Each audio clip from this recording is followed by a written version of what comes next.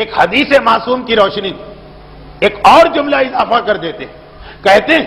کہ یہ تو نماز شب ہم نے کہی، لیکن قرآن نے ویسے کہا کہ رات کو اٹھ جایا کرو۔ اگر کوئی آدمی نماز شب نہ بھی پڑھنا چاہے تو خالی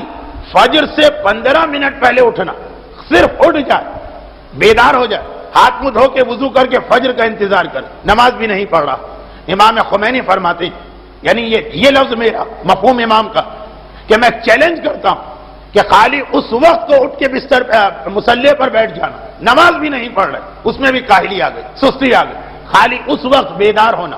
اتنی روحانی طاقت و توانائی دے گا کہ آپ اس دن صاف فرق محسوس کر لیں گے کہ اس دن گناہوں سے بچنا آسان ہو رہا ہوگا عام دنوں کے مقابلے میں۔ تو یہ دو جملے انہوں نے کہے بلے ترقی کے ذریعے، فرمایا کہ اول تو خالی اس وقت جاگ جانا وہ بہترین وقت ہے رحمتوں اور برکتوں کے نزول کا،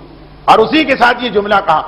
کہ اول شب میں جاگتے رہیے 12 بجے تک، کوئی فائدہ نہیں، آخر شب میں جاگ جائیے 15 منٹ کے لیے، خود دیکھیے گا کہ کتنا فائدہ۔ اور شاید ڈاکٹر حضرات اتفاق کریں کہ اس کے جسمانی بھی فائدے ہوں گے، اور شاید طالب علم اتفاق کریں کہ اس کے ذہنی بھی فائدے ہوتے ہیں۔ ہمارے اکثر مراجع سے یہ پوچھا گیا کہ آپ کی اتنی ترقی کی وجہ کیا؟ آپ کی جیسے جو امتحان میں فرسٹ آتا ہے اسٹوڈنٹ، تو اخبارات میں اس کا انٹرویو چھپتا کہ آپ کی پڑھائی کا طریقہ کار کیا ہے کہ آپ نے پہلی پوزیشن لے لی، ہر ایک اپنا طریقہ کار بتاتا۔ یہ مراجع کا متفقہ قول کہ ہماری اتنی ترقی کا راز، اب وہ تو اللہ بہتر جانتا، لیکن ہمارا طریقہ کار یہ کہ رات کے اول وقت میں زیادہ مطالعہ نہیں کرتے، رات کے آخر وقت میں فجر کی نماز سے کچھ پہلے اٹھ جاتے تھے،